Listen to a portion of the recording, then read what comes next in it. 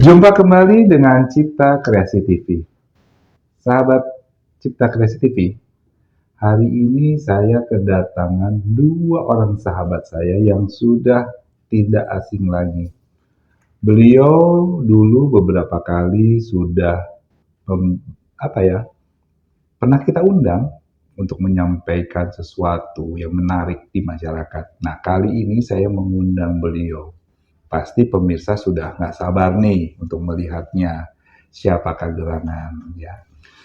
Baiklah, akan saya perkenalkan dua orang sahabatku dari Cipta Kreasi TV. Pertama adalah Inspektur Jenderal Polisi Dr. Roni Sompi, SHMH. Selamat siang Pak Roni. Selamat siang Pak Boy. Dan yang satu lagi sahabatku ini, dia Sri Kandi. Seorang Sri Kandi dari TNI dan masih aktif. Saat ini dulu pernah menduduki jabatan struktural sebagai Komandan Distrik Militer atau Dandim di Cianjur. Nah, ini juga dalam hal ini sekarang beliau ini aktif mengajar di Universitas Pertahanan. Saya kenalkan Ibu Kolonel Dr. Insinyur Hidayati SHMT MH. Ada yang kurang nggak? Dokter. Karena kan ada dokter udah tadi kan dokter. Baiklah, terima kasih Pak Roni, Bu Hidayati sudah datang ke Cipta Kreasi TV. Pak Roni, Bu Hidayati, ini ada apa ya? Bukan yang enak untuk kita bincangkan. Masalah ini adalah masalah perlukah pemalsuan merek ditindak? Karena saya dengar beberapa hari ini, minggu ini ada kasus ya, yang saya dengar yaitu masalah ayam geprek bensu ya. Jadi dulu yang punya itu sebetulnya adalah orang lain, tapi yang mempopulerkan adalah artis, ya kan. Nah, ini cukup viral. Nah, kebetulan Ibu Hidayati ini pemirsa, beliau ini baru saja menjadi penguji salah satu mahasiswanya yang bicara masalah ini. Makanya kita mau mengkulik nih nanti. Saya juga minta pendapat dari sahabat saya Pak Roni dari sudut kepolisiannya bagaimana tindakannya. Nanti mungkin dari Ibu Hidayati yang dulu pernah menguji, jadi bisa lebih vulgar untuk menceritakannya. Baik, sahabatku sudah pada siap nih kita diskusi? Siap. Silakan Pak Boy. Oke. Pak Roni, saya mulai dari Pak Roni dulu ya. Iya. Ya mungkin Pak Roni kan punya pengalaman sebagai seorang penyidik. Saat ini kita semua produk itu kan kita kasih merek ya atau labeling. Artinya apa? Produk-produk itu memang harus ada mereknya sehingga masyarakat tahu. Dan dari merek itu kan ada konsekuensinya nantinya. Pertama dari segi hukumnya ada, yang kedua ya konsekuensi untuk mendapatkan cuan. Ya. Nah, secara umum dulu, kalau menurut pandangan Pak Roni mengenai merek gimana? Ya, merek sekarang ini kan dilindungi undang-undang. Undang-undang merek yang terakhir ini Undang-Undang Nomor 20 tahun 2016. Dan dalam Undang-Undang merek itu diatur perlindungannya baik merek maupun indikasi geografis. Ada dua, Pak Boy. Artinya ketika masyarakat memproduk apakah tekstil, bahan kerajinan, apa saja yang dibutuhkan untuk keperluan masyarakat kemudian diberikan merek, seyogyanya dia mendaftarkan merek tersebut ke Kementerian Hukum. Karena di sana ada Direktorat Jenderal Hak Kekayaan Intelektual, itu yang dilindungi merek, hak paten, termasuk hak cipta, ya. Jadi ketika sudah terdaftar, maka untuk diterima dan diberikan tanda pendaftaran itu saja melalui pengujian. Pengujian artinya dilihat apakah ini merupakan merek yang pertama didaftarkan atau ada yang mirip-mirip sehingga bisa terjadi gugatan, ya, siapa sebenarnya yang memiliki merek tersebut. Nah, setelah sudah fix, baru Kementerian Hukum melalui Direktorat Jenderal Haki menetapkan ada lembar pendaftaran mereknya. Kalau sudah memiliki, maka ketika ada orang lain, pihak lain, perusahaan lain mengaku-ngaku bahwa merek itu milik mereka, maka pendaftar yang sudah memiliki sertifikat hak merek bisa menggugat atau bisa menang ketika dia digugat, ya, digugat perdatakah atau dilaporkan memasukkan merek kepada penyidik, ya, penyidik Polri atau PPNS di bidang merek, misalnya seperti itu, Pak Boy. Artinya perlindungan ini diberikan oleh pemerintah kepada pemilik merek. Nah, Ya, itu menarik sekali Pak Roni. Tapi saya mau lihat nih dari Ibu Hidayati. Pentingkah merek itu? Jelas ya, merek itu kan merupakan suatu brand ya.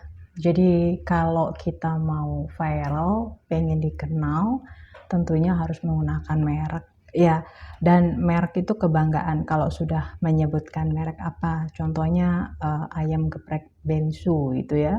Itu kan sebenarnya dia sudah viral waktu itu ya brandnya. Kemudian kok bisa sama dengan yang nama artis gitu ya.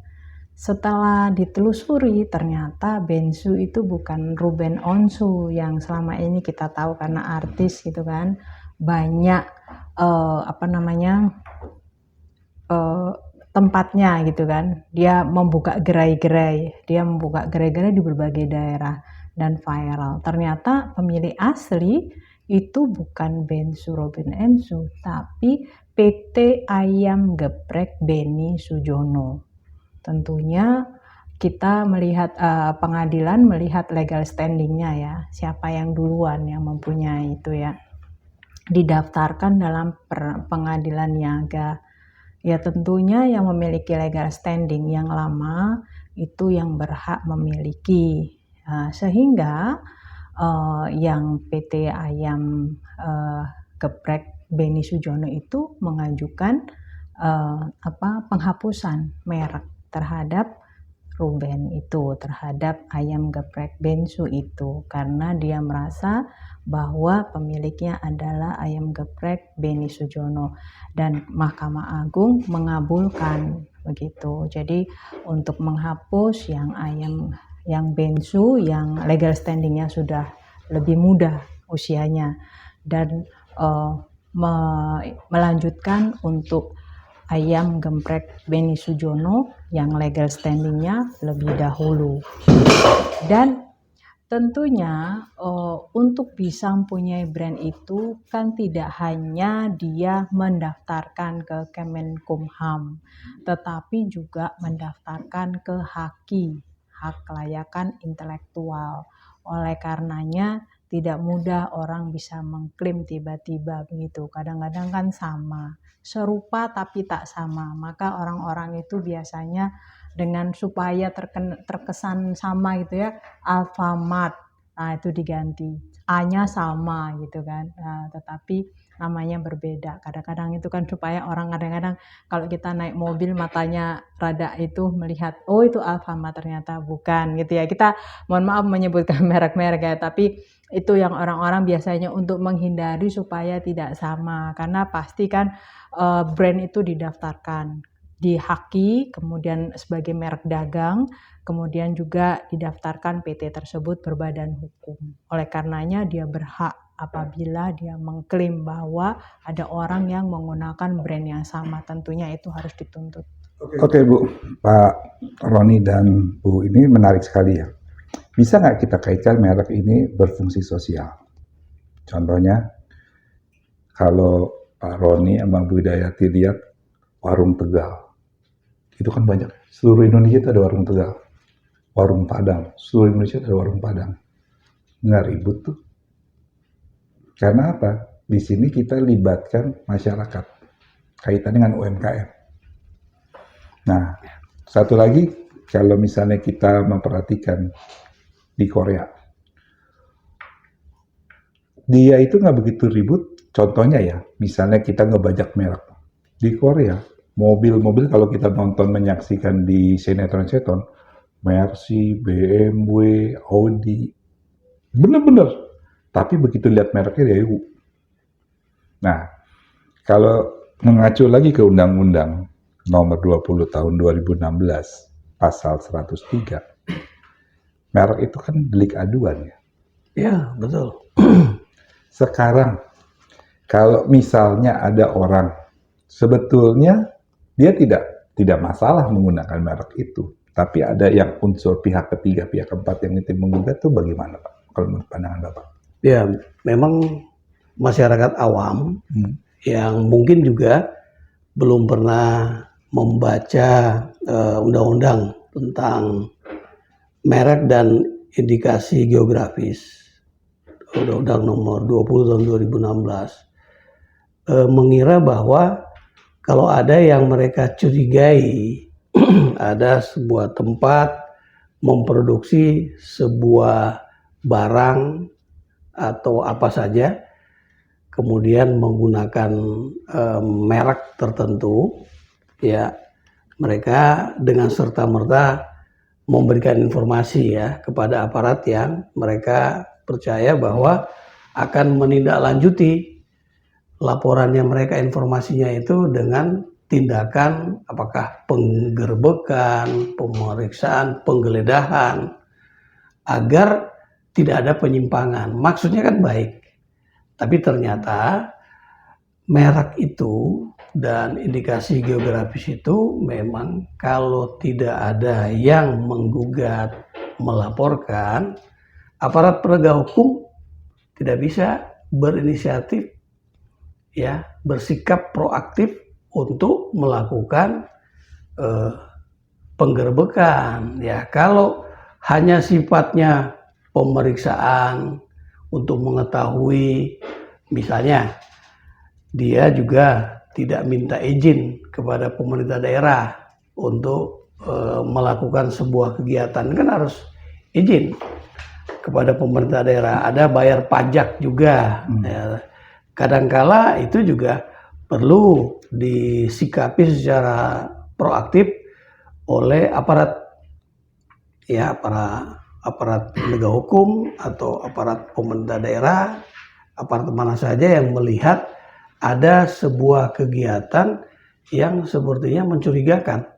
Ini juga merespon pada masyarakat, tapi pasal 103 di Undang-Undang Nomor 20 Tahun 2016 tentang merek dan indikasi geografis itu mengharuskan kalau akan diproses sebuah kasus pemalsuan merek atau sebuah indikasi geografis yang kemungkinan juga dilakukan oleh orang-orang tertentu, pihak-pihak tertentu, harus ada gugatan atau laporan.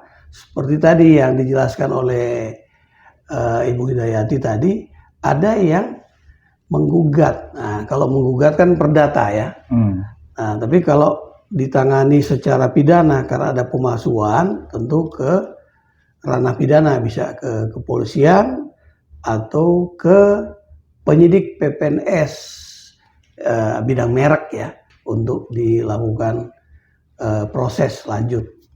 Seperti itu, Pak Boy. Nah, terima kasih Pak Roni. Saya ingin mengulik lagi nih dari Ibu Hidayati nih. Tadi kan saya udah tanya ke Ibu, yaitu seberapa pentingnya merek. Tadi Ibu udah jelaskan ya. Nah, sekarang proteksi hukum terhadap merek yang terdaftar. Gimana Bu? Kalau kita melihat ya dari dasar hukum yang sudah dijelaskan oleh Pak Roni tadi, dengan berkaitan dengan Undang-Undang Nomor 20 Tahun 2016 ya.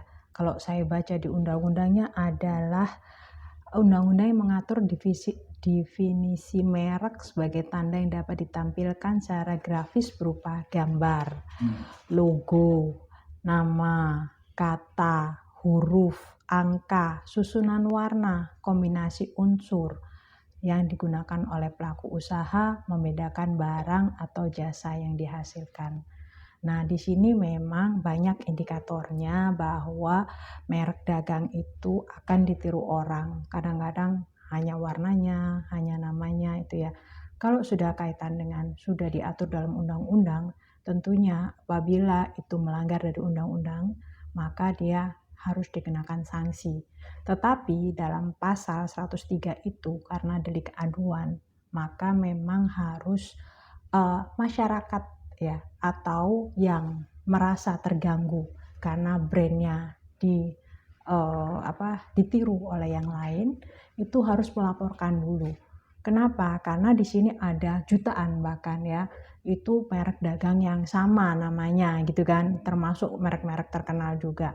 Karena apa? Melihat dengan jumlah para penegak hukum yang terbatas, mana yang didulukan gitu kan, tugas pokoknya banyak, sehingga kalau itu sudah ada delik aduan, maka itu berhak untuk kepolisian atau para penegak hukum itu melakukan penggerbekan atau melakukan sidak secara mendadak di lokasi tersebut. Nah, pemilik merek yang tadi disebutkan tentang warteg ya. Warteg itu ternyata berbeda, namanya banyak, bukan hanya warteg. Ada yang namanya Karisma, ada yang namanya Bahari, dan saya yakin mereka yang mempunyai brand yang sama, mereka itu punya konsorsium. Karena kebetulan saya itu melihat nama-nama itu, saya lihat ternyata bentuknya itu sama Pak. Sama antara Karisma, Bahari, itu Karisma semua Bapak lihat bentuknya. Bahari semua itu ada bentuknya, berarti mereka itu ada konsorsium. Biasanya mereka itu kalau dibilang itu kalau menjual franchise ya Pak ya, franchise. Dengan franchise itu dia boleh menggunakan brand yang sama tapi dia membayarkan royalti kan Pak.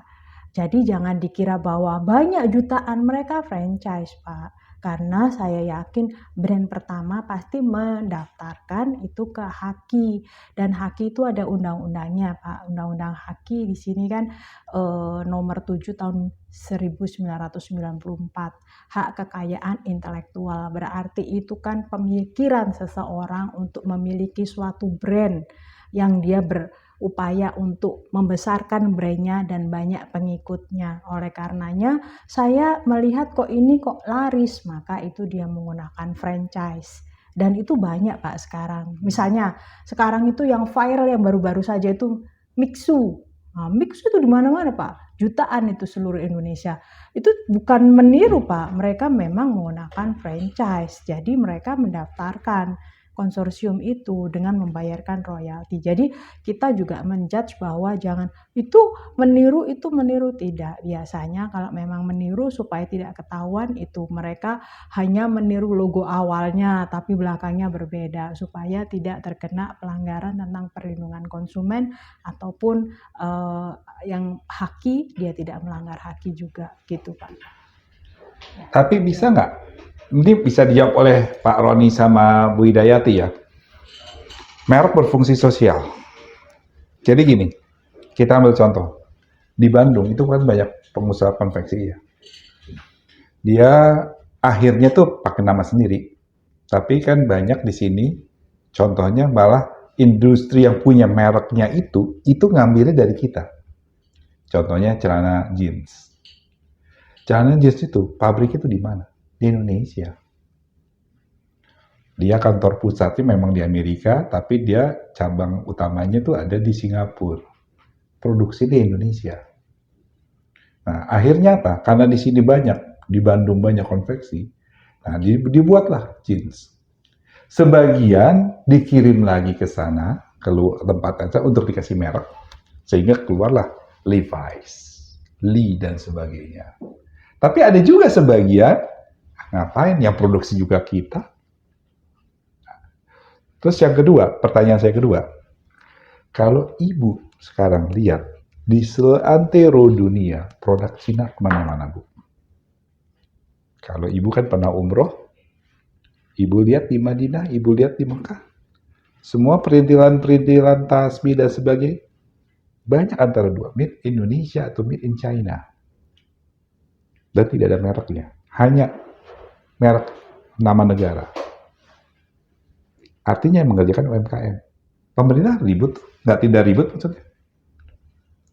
Kalau ada kaitan Pak Roni tadi ini delik aduan, saya yakin kalau memang ini untuk kesejahteraan rakyat, artinya berfungsi sosial, itu tidak ribet. Tanggapan bapak-bapak sama ibu gimana? Ini pertanyaan masyarakat yang masuk ke meja saya, Pak. Ya Bu Hidayati aja dulu. Ya, Ya, Bu. siap. Sangat menurut saya ya Pak ya, kaitan dengan merek dagang itu sangat berkaitan dengan sosial ya Pak ya. Karena itu mungkin juga saya juga apa ya namanya kepingin berkreasi gitu kan, menciptakan merek gitu. Ternyata di tempat lain tuh sebenarnya sudah ada dan sudah ditiru gitu ya. Dan kalau kita tahu ya, negara Cina adalah negara penjiplak nomor 1 di dunia, tapi dia mengakui dan dia dengan dia di blokade dari mana-mana, dia semakin don't care, kata Xi Jinping, don't care, dan dia tetap maju to be number one. Saya kemarin ke Cina, pulang dari Cina, dan saya lihat ternyata mereka punya culture bahwa anak-anak muda Gen Z yang punya ide, walaupun itu menjiplak, walaupun dia itu kreasi sendiri, itu mereka kembangkan. Dan itulah menjadi indikator mereka to be number one itu ya. Jadi mereka tidak peduli apakah itu menjiplak ataukah itu kreasi sendiri, mereka support. Jadi kemarin saya ke teknologi universitas di salah satu universitas di sana. Saya tinggal di dalamnya dan saya melihat presentasinya para kadet di sana dan mereka sangat support terhadap mahasiswa-mahasiswa atau kadet-kadet itu. Sehingga di sini kita garis bawahi bahwa penjiplak ataupun meniru itu sebenarnya bukan utama, tetapi yang dihargain adalah ide kreativitas. Nah, pasti itu berkaitan dengan sosial, itu dinyatakan jelas, pasti ya.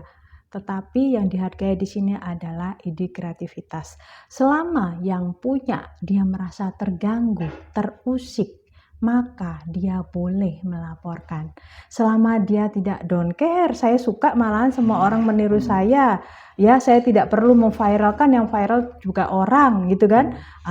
Enggak masalah, Pak. Tetapi bila si pemuncul pertama, indikator dia inisiator pertama, dia merasa terganggu karena itu punya saya, brand saya, dan sudah saya daftarkan ke Haki dan saya daftarkan ke Kumham untuk izinnya, terus kemudian ditiru orang padahal saya membuka diri untuk franchise, dia tidak franchise. Nah itu Pak yang kita lindungi gitu. Kalau masalah Levi's kita harus tahu Pak bahwa perusahaan-perusahaan kita juga banyak yang sudah dimiliki orang asing juga ya Pak. Tapi memang itu pabriknya semua di sini. Kita tahu bersama kayak Danone, Aqua itu juga bukan punya kita ya Pak ya. Tapi kan pabriknya di sini ya. Jadi kita berbicara kembali lagi bahwa Haki itu adalah hak kekayaan intelektual yang dilindungi dengan undang-undang dan siapa saja yang memiliki brand sebagai inisiator pertama merasa itu tidak nyaman dengan brandnya dan melaporkan apabila ditiru orang,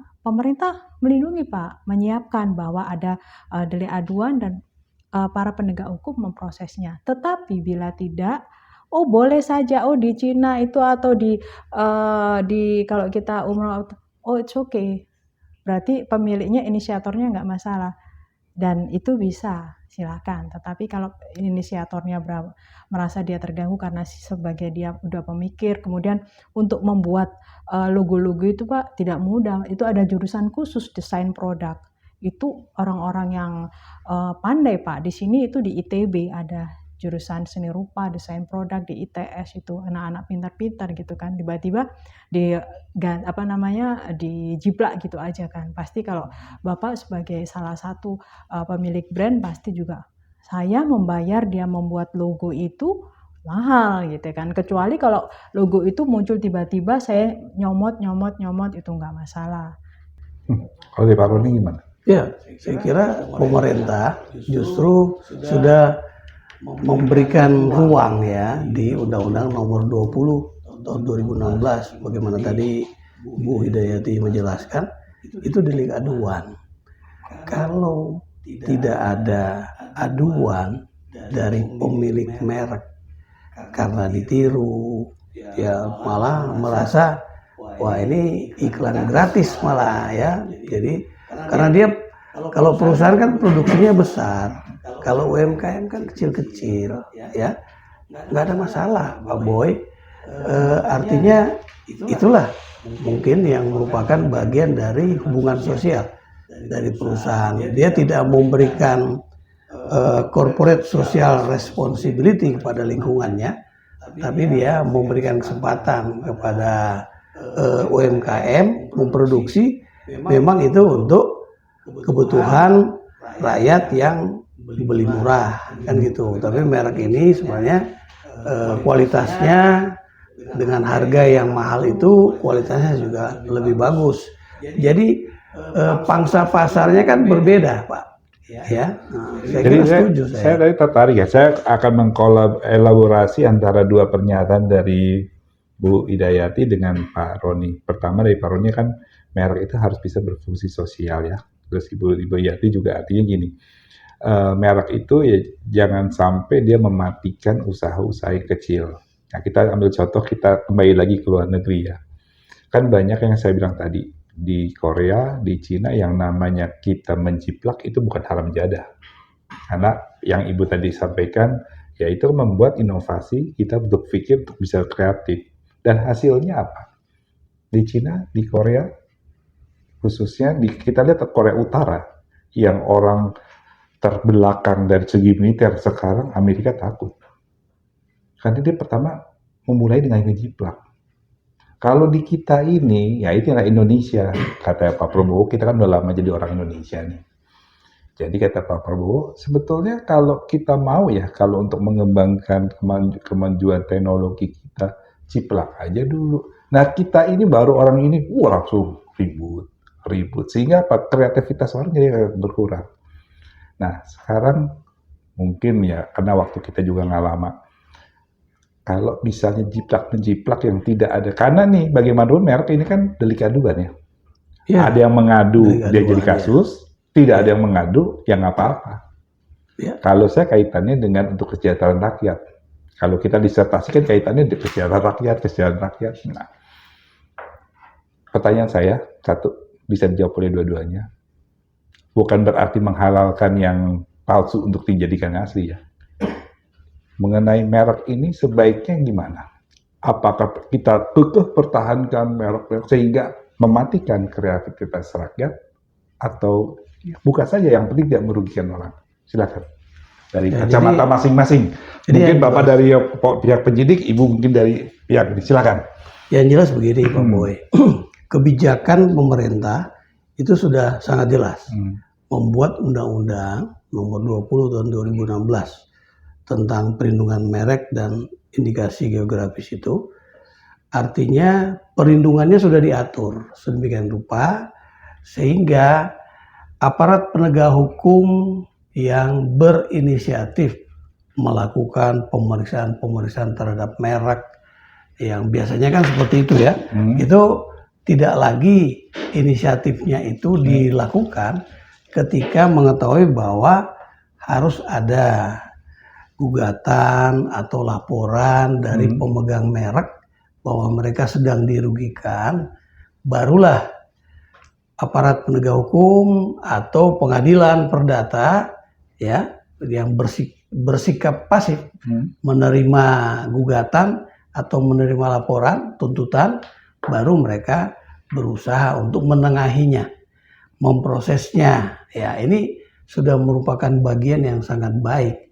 Artinya perlindungan terhadap merek itu diberikan oleh negara, tapi juga negara memberikan kesempatan untuk inovasi, kreativitas, membuat sesuatu yang betul-betul menghasilkan kesejahteraan bagi masyarakat. Pak Boy. Ibu Idayati?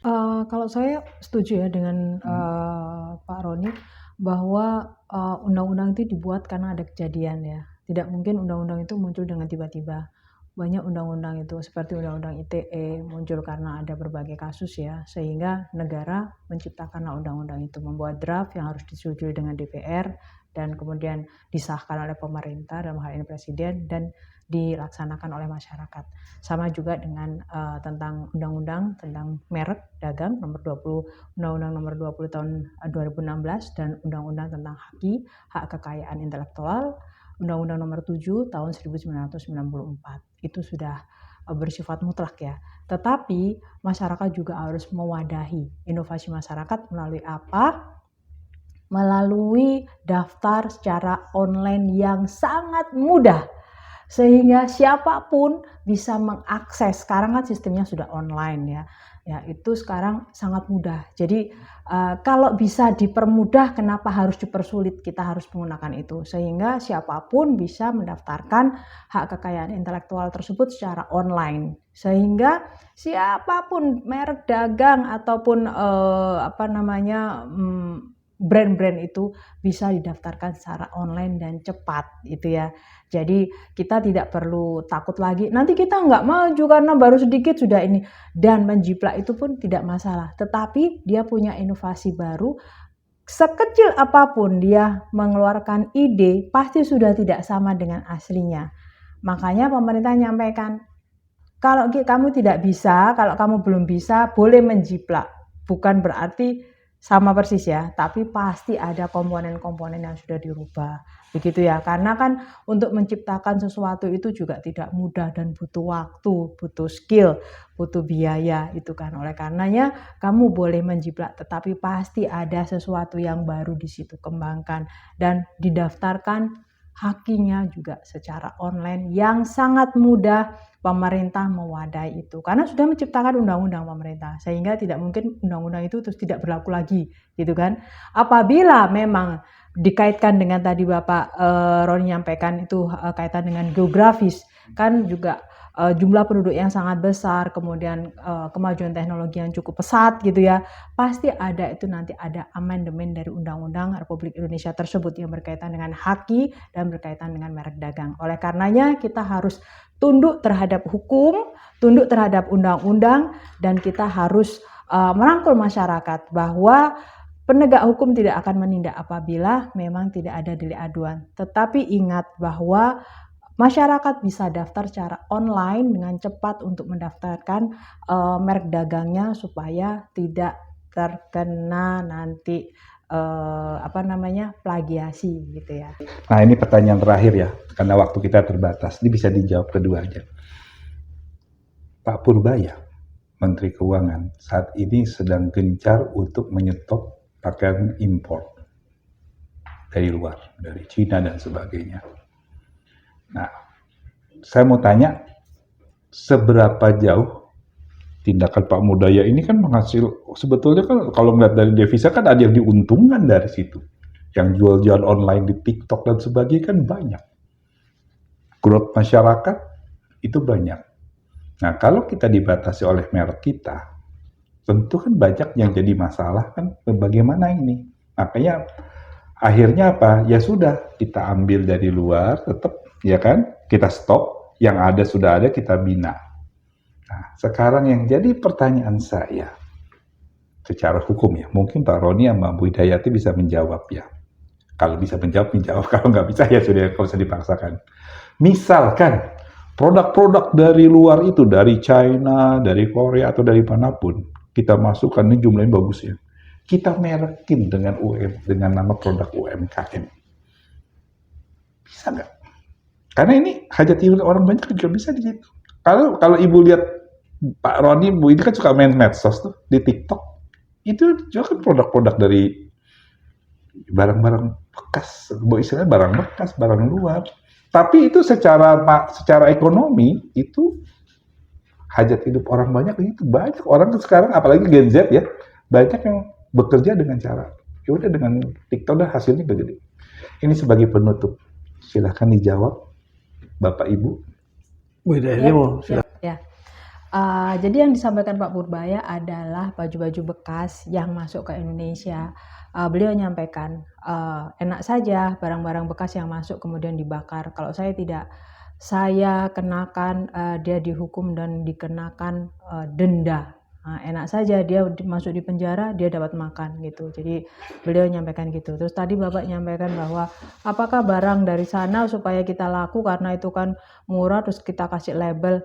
Lihat dulu Pak, barang yang kesini itu kan baju bekas ya Pak ya. Kalau baju yang baru kemudian dikasih brand, itu adalah bagaimana dia terjadi relationship atau MOU dengan mitra dari luar itu. Jadi antara buyer sama konsumennya ya Pak ya. Kalau memang di sana dia no brand atau tidak ada merek, kemudian diberikan merek lokal, itu nggak masalah Pak. Itu tergantung dari bagaimana mereka hubungan jual beli mereka. Jadi hubungan perdagangannya bagaimana. Jadi yang Bapak tanyakan, apakah boleh dikasih brand saja? Boleh. Bila terjadi kesepakatan antara penjual dan pembeli. Tapi kan masalahnya yang datang dari sana ke sini itu kan dalam bentuk kontainer. Baju bekas. Baju bekas. Jadi kalau saya kebetulan pernah tinggal di Tanjung Priok ya, saya pernah tinggal di Pasar Ular waktu itu, ada ke daerah Pasar Ular. Itu saya pernah saksikan sendiri karena saya pernah beli waktu itu. Jadi dalam bentuk kontainer ya, sepatu apa, mereka tuh dalam bentuk ya istilahnya kalau jas tuh dalam bentuk. Jadi begitu masih dilipat-lipat, begitu datang, nah mereka toko-toko besar yang ngambil dalam bentuk kodian-kodian, di laundryin, dikasih merek. Nah itu kan sebetulnya dia pakai mereknya dia. Tapi kalau misalnya itu menyangkut hajat hidup orang banyak dan pihak sana tidak merasa didulikan, kalau kita mengacu ke delik aduan ya, dari luar tidak mengadu, tapi dia kan dengan adanya barang yang ada di sini kan nambah pemasukan bagi dia. Sama dengan kita contoh lagu Bu. Banyak orang yang bilang kalau orang membawakan lagu ini harus bayar royalti. Malah sekarang yang para pemilik lagunya yang menciptakan lagu malah bilang nggak usah deh. Saya kan butuh saya ciptakan lagu untuk dikenal orang. Ya biarin nanti aja yang ini aja recordernya aja yang bayar saya, nggak usah harus rakyat yang bayar saya. Nanti lagu saya nggak laku dong. Artinya gini Pak Boy, tadi kan pertanyaannya berkaitan dengan apakah baju bekas atau impor tekstil yang memang diizinkan, bukan bekas. Ya kalau dia baju bekas sudah jelas tidak boleh, dilarang untuk impor. Tapi kalau diizinkan nggak bisa dong Pak, karena dia datang dalam kesini kan tidak ada izinnya, makanya kena razia. Ya Kan kena razia. Ya. Kalau bisa ada izin kan ada APID, daftar asosiasi pengimpor itu kan sudah terdaftar, jadi ada masalah. Ya, artinya kalau gitu. baju bekas sudah jelas dilarang. Ya. Tapi kalau tadi kok bisa larang, kok bisa masuk terus? Ya, kalau bisa masuk, nah itu pertanyaannya harus dijawab ya, harus dijawab oleh pemerintah. Makanya Menteri Keuangan Purbaya kan memberikan perhatian. Apakah itu karena ada celah di dalam pengawasan dan pemeriksaan terhadap setiap barang yang masuk, apakah dia melalui kapal atau kapalnya sandar di tengah laut, kemudian mereka angkut pakai perahu-perahu kecil. Ya, ini yang sedang digalakkan. Bisa TNI Angkatan Laut, bisa juga Bea Cukai, anak buahnya Pak Purbaya sendiri, bisa juga polisi air, bisa juga Bakamla, ya siapa saja yang bisa menertibkan agar tidak ada celah di dalam. Nanti untuk itu ada podcast khusus Pak. Ya itu artinya masyarakat itu. Karena tadi sempat ditanya. Pak Roni, karena waktu sudah terbatas, closing statement mengenai merek ini kepada masyarakat mungkin dari Pak Roni, dan itu silakan sebagai closing statementnya bagaimana masing-masing. Silakan Pak. Sama Bu Hidayati. Ya, saran saya kepada masyarakat tidak perlu takut untuk berkarya.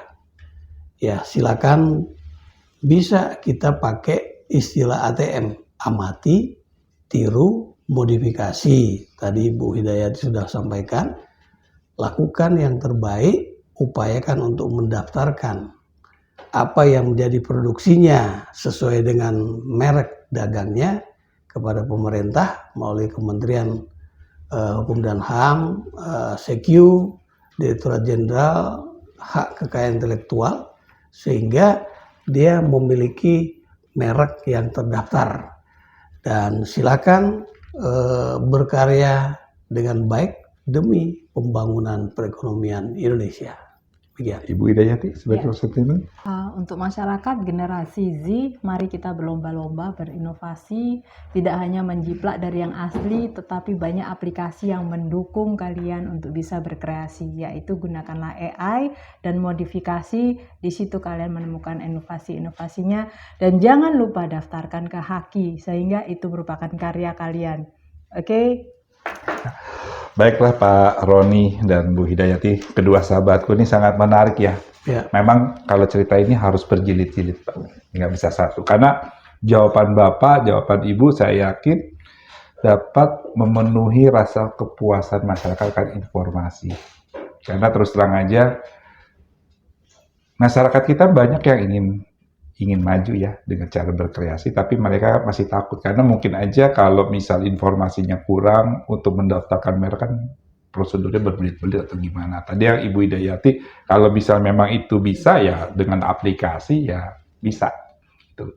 Baiklah Pak Roni dan Bu Hidayati, terima kasih atas kehadirannya di Cipta Kreasi TV.